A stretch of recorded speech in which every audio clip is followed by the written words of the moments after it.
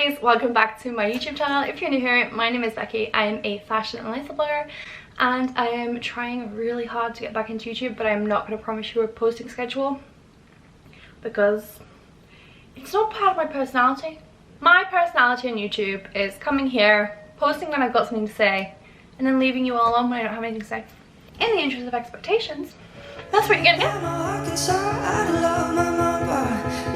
I just sat and filmed for nearly an hour a breast reduction story, experience, whatever, video. And I was gonna film a Q&A at the end of that, but I figured that video was long enough. So I'm gonna answer all of your questions in this video. So I did get a lot of questions on my Instagram the other day. Yesterday was my 1-year post-op, and I posted a story saying, like, let me know your questions and I'm gonna go through them. So that is what today's video is going to be. So we have a bunch of questions to go through and we're just gonna hit it. First of all, I did mention at the end of this video, my last video, but I want to share as well. I have this really cute bodysuit on today. If you guys are interested in a link to the bodysuit, there's gonna be a link to the bodysuit in the caption, in the description box. They're really cute. I have it in beige as well. I'm gonna film with them later, so I have like a pile of clothes next to me that I'm gonna film. So I have it in beige as well, and the black and the beige were £12 together. I'm gonna do like a full comparison of the two on my TikTok, but the spoiler alert is that I think I'm gonna wear this one more than my Skims one, so whoops. Anyway, with that said, let's get into the questions. I did post on my feed and on my story. If you guys don't follow me on Instagram, that's mean. I did do a post on my feed and a post on my story, and I got questions on both, so we're gonna go through those. We're gonna start with the feed. So first of all, I've had so many questions and about who did my surgery, and also so many questions of you guys telling me that you have booked surgery with her as well, which is amazing. I had my surgery with Dr. Lyndsey Highton, and I had my surgery at the Spire Hospital in Manchester. So for me, it was really important that I wanted a woman to do my surgery. I'm gonna make a whole video on like how I chose my surgeon. So I'll talk a little bit more about how I found her and like why and how I chose her there. But basically, I was looking for a woman, and when I came across Lyndsey's work and like her website and things, I knew it was going to be her. I did more research kind of to do my due diligence, but as soon as pretty much I saw her, I knew it was going to be her. So yeah, so it's been really amazing for me to see how many of you, I think probably at least 20 people have messaged me saying they booked surgery with Dr. Highton after seeing my posts, which is mind-blowing that so many of you trusted me with such a huge decision. And that's crazy to me, but I have full faith, 150% in her, and I know you're all gonna be in safe hands, or will have been in safe hands since some of you have had surgery already with her. The support is just unrivaled, and I truly believe that she's one of those people that really does what she does for the right reasons, because she wants to help people and not just because it's all about money for her. So couldn't recommend more. But anyway, so yeah, there's a few comments here. Somebody asked what prompted you to go ahead.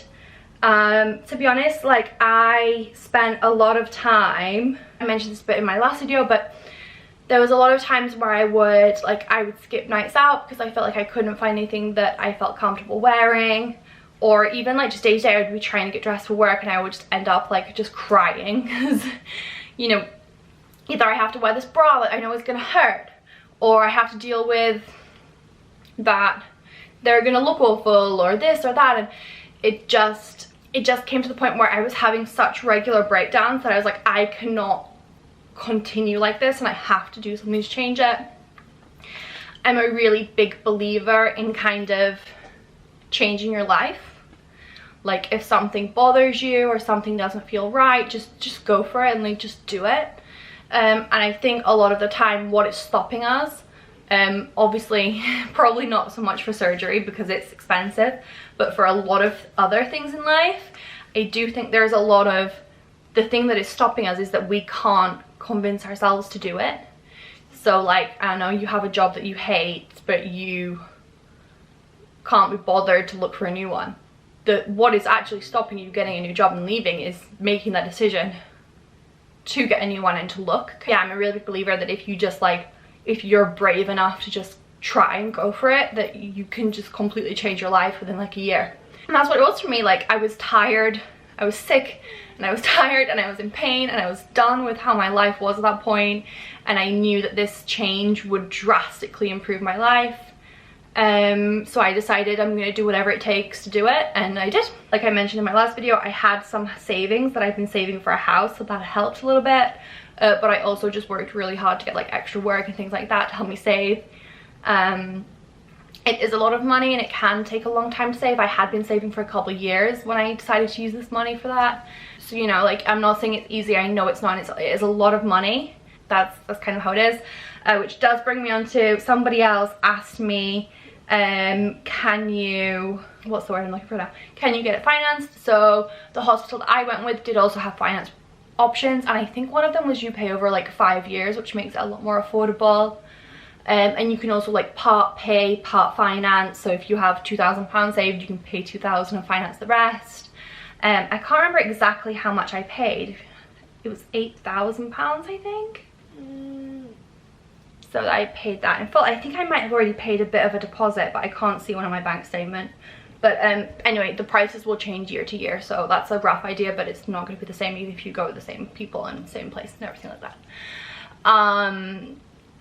So yeah, that was kind of how it worked for me financially. I paid in full, but I did have those conversations and I did debate going the finance route, so I know that they definitely do it, and I know that a lot of hospitals do. I did explain a lot in my last video why I didn't go NHS, so I'm not going to go back into that now, but basically I had the option to go the NHS route. I did qualify, and I decided I just didn't really want to wait that long, so I didn't go with it. That's that one. The other thing that I feel like I should mention here, nobody asked it, but I just want to like add in, is that I chose to go to the Spire Hospital with Lyndsey. So Lyndsey works at 2 hospitals. I can't remember which one the other one is, but basically she only does surgery on certain days at the 2, so she'll be booked, say 1 week she's in one hospital and 1 week the next. I can't remember how it works exactly, but just as an example. So for example, if she says I have June 15th free, which is the day that I had surgery, it will be June 15th at Spire Hospital, or June 16th at the other, or whatever. So the date that I wanted was at Spire, and of the 2 hospitals that she works at, Spire is slightly pricier to go to. So basically it's more expensive to have it at the Spire Hospital, but the Spire Hospital is newer, it's a bit fancier. So I kind of wanted to go to the Spire one, but I couldn't really justify the extra money. But then the date that I wanted to do was at Spire, and that date was a cancellation. So if I didn't get that exact date, I would have been waiting a few months longer. I decided that in the end it was worth it to pay the extra money and go with the Spire for me. And in the end, I'm really, really happy because the experience that I had with Spire was beyond excellent. Like, they were absolutely incredible every step of the way. Like, nothing you needed was too much, that you couldn't bug them too much. They were amazing and I couldn't recommend them more, so I'm really happy that I went to the Spire and in the end. Anyway, somebody asked how are my scars healing. My scars are pretty good. I can show you some of the side ones a little bit. You can see a little bit there. At the side is probably where they're the darkest still, actually. And over here. And then I have, oh, I fell down. I have all across here, up and around as well. Like I said, I've had some issues with eczema the past couple months. I have eczema in general, not just on my boobs. But I have had some issues with eczema there, so that has kind of bugged them a little bit, but they're not so bad. That kind of like lower bit of the anchor and the line down, I'll take some really close-up pictures because I'm not going to show you all my boobs, but I'll show you the scar. So I'll put in a couple. The next kind of, there's another kind of scar question. So people are asking what I used for scars. So I can't remember exactly the advice I was given for scar treatment. Lyndsey did recommend bio oil and E45, so I used those. And I think it was that you massage twice a day with those once the tape comes off. Again, please follow your surgeon's advice for this. Like, don't take me as a medical source, but those two definitely really helped my scars to heal really quickly. So I was really happy with those. My memory card was full and I forgot where I was up to. I think we were talking about scarring. So yeah, I have a lot of pictures of like me in clothes kind of thing, where you can see how the scars were doing at different points. So I'll add some of those in as well. They healed faster than I expected, but then after, I would say, maybe 6 weeks or so, that nothing changed much. Like the change was very slow then, but up until that point it was very fast. That makes sense. Somebody said, when could you comfortably start working out? I started going for like short walks after about 2 weeks. I started going back to the gym and doing things like I would walk on the treadmill or the bike, or do legs. I think about 2 months, I can't remember. Basically whenever it was that my surgeon said I was okay, I think was when I started doing it. I really struggled with arms though, I would say probably until about like 6 months. I could physically do things with arms, like small weights, but I just felt nervous, so I didn't. So yeah, that was roughly like that kind of period for me for working out. Somebody said, I'll be a year in September. Do you feel you went small enough? I've gone from a K to a double G. First of all, ouch, like a K, that's... Sorry for you. Yeah, I feel like for me, I do feel like I went small enough. I'm really happy with the size. I explained this in a little bit more depth in the video that came before this one. I wanted to go smaller than I am, and my surgeon talked me out of it, and I'm really happy that she did. Because I think if I'd have gone any smaller, I would have been really unhappy. And honestly, I feel like I ended up with the perfect size for me. And basically what I did was, I knew that I had chosen a surgeon that I really trusted and that I really trusted in her work. Right before surgery, I told her basically to do what she thought was going to be the right size for my body and my frame. That's what we did, and I'm really happy that I did that. So yeah, I would say that I feel like I'm really happy with the size. I would say for the first 2 weeks I felt like I'd gone too small, because the thing is, they're really swollen and they're really high. They were like up here and they were really like flat, and I was like, oh holy crap, what have I done? Then they started to soften and they dropped, and they kind of like, I've heard a lot of people call it like fluffing out, so they kind of rounded and they looked more like boobs then, whereas before that they looked like you just like put like a rock in me or something. And then once they kind of started fluffing and dropping, that's when I was like, okay, I'm really happy with them now. So definitely you have to like mentally be prepared for that block of, you're not going to be happy at first, like and even if you are happy those first couple weeks, that's not how they're going to stay. So you can't be like attached to how that is, and you have to be prepared to kind of ignore how they are for then. Which is a strange feeling. Somebody else asked their surgeries Wednesday, so first of all, good luck. Hopefully I can get this out before then, but if not, hope it all went well. How long did I wear my post-surgery bra? So I had 2 lots of post-surgery bras. I had the Macon ones that the hospital recommended and gave me. I'll link those in the description. And then I also had these ones from George that I really loved, and they were like my comfier ones, so I would sometimes wear them when I needed a break from the Macon ones, because the Macon ones were quite intense on my ribs. But I think for the first, it's either 1 week or 2, you have to please check with your surgeon all of these details. Like please don't take me as medical advice for any of these. But I think it's 1 week or 2 you're supposed to wear your surgical bra constantly unless you are washing, and you're also not meant to get your dressings wet. So like when I would wash like, I would shower like my bottom half and then like wipe myself with a cloth for the top half so they didn't get wet. So I think for those first 2 weeks, unless you're washing, you should be wearing the surgical ones, which are like the Macon ones. But then after that, I think I would wear the George ones maybe for a couple of hours every now and again. And then I think it was at 6 weeks-ish when my surgeon kind of signed me off, said everything is going okay and you're discharged basically. I think at that point she said like you can wear anything supportive that doesn't hurt, and then I started wearing mostly the George ones. Later on I got more into like a kind of just like soft bra. I don't really know how to describe it, but I'll link one in the description like that as well that I really like. And I would say you really want to have like a variation, because you're going to be sore in lots of different places and they're going to push on you in different places, so you want that variation to kind of give different areas a break, if that makes sense. Somebody asked how long recovery was. I would say my real like main recovery that felt like very an intensive recovery period was the first 2 weeks. The first week was the worst. The second week I had to be very careful. After that it was pretty okay. It was more just being mindful in certain situations. Lots of people asking about scars, but I feel like I've gone through that a lot, so I'm not going to answer all of them because they're basically variations of the same thing. Somebody did ask, do my scars get irritated when wearing wired bras? They don't, but if I wear one that is slightly, doesn't quite fit properly, it will hurt them. So like they're not like irritated as such, as like the pressure on them makes me ache.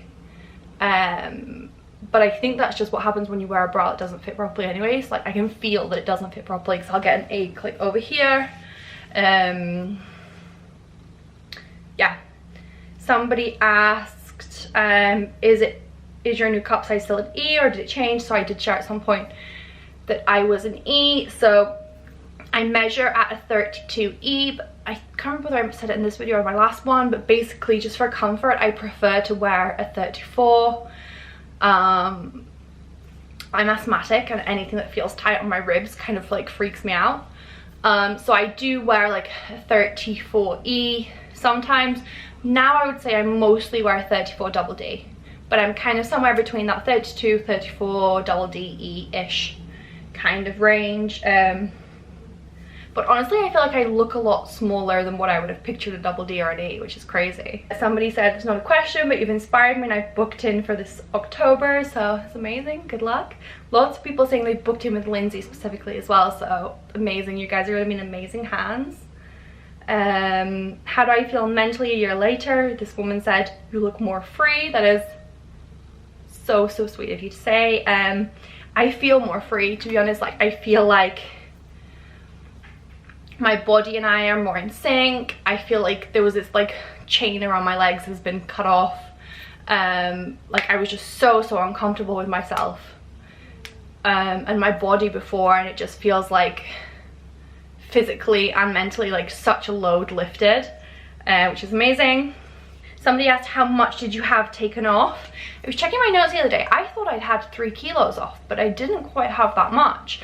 I had, I think it was 1.3 taken off, but then I also had lipo, so I think they took around 500 grams of lipo, so basically just under 2 kilos. So I'll find a diagram of basically like the markings and stuff, but I had the anchor incision, and then I also had liposuction at the side. Had to change my battery and I forgot what I was saying again. Oh yeah, so I had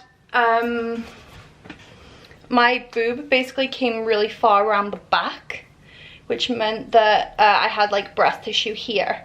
So I had some liposuction around here and a little bit up here as well to kind of get that this little bit of fat here, which I didn't mind too much, but Lyndsey asked like if while she was there if I wanted that doing, so we said why not. So I used to have like this kind of bit of fat here kind of rolled like this, and obviously that's gone now, which does make it so that I fit into bras and things much easier up there, which is really nice. So yeah, I think it was just under 2 kilos that I had taken between the surgery at the front and the liposuction. I think in the scale of things I wasn't the biggest reduction, I wasn't a tiny one, I was quite like mid-range, because I know people who have had quite a lot, like 3-4 kilos taken, but I've also heard of people having like 500 total, so kind of mid-range there. Somebody's asking where I had it and how my experience was. I feel like I've kind of covered that enough. Was I nervous? I covered that a bit more in my last video, but yes. Actually, no. Yes and no. I was really chill up until the day. I was so focused on packing and prepping and, you know, bulk cooking, so that I had lots of food that I could just microwave right after surgery, and cleaning up so that I was in like a clean environment when I got back and things like that. That I wasn't nervous until I got there, because I distracted myself so much. When the nerves really hit was when I was sat in this little room that was like adjoining the theatre waiting to be anesthetized. I think up until that moment it wasn't real for me. I was totally intellectualizing the thing, and then in that moment I was like, oh my god. But again, like, they're really good with you. They keep you really calm, and there just wasn't much time to panic. Like, they just take such good care of you, and there's so much going on that you just don't have time really. So yeah, I was nervous, I guess, but it just doesn't feel real until you've done it. So I feel like you just don't have time to be too stressed. Somebody's asking if the scars bother me. No.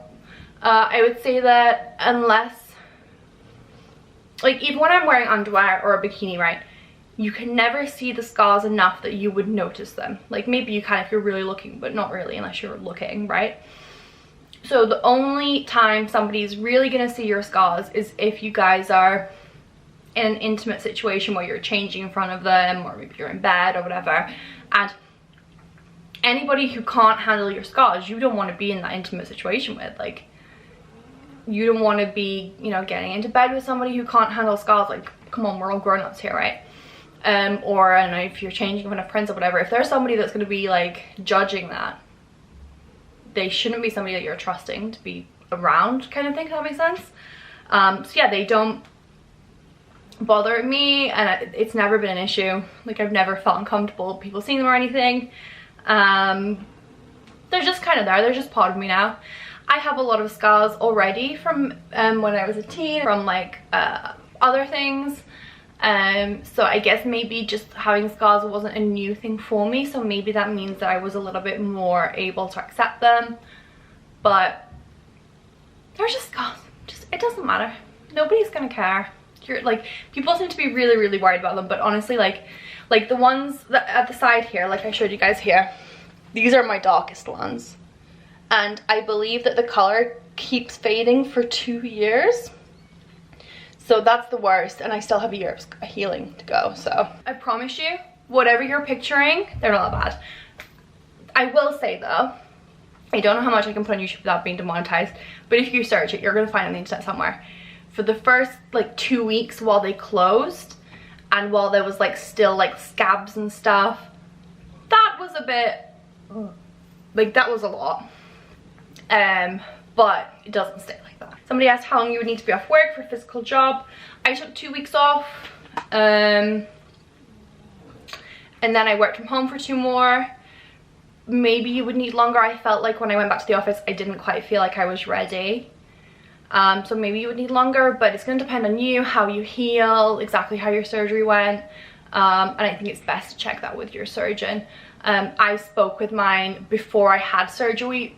We discussed that, and we discussed how long I would take off work and what would be best, and she made recommendations, and I think that conversation would be something that's really valuable to have with your surgeon.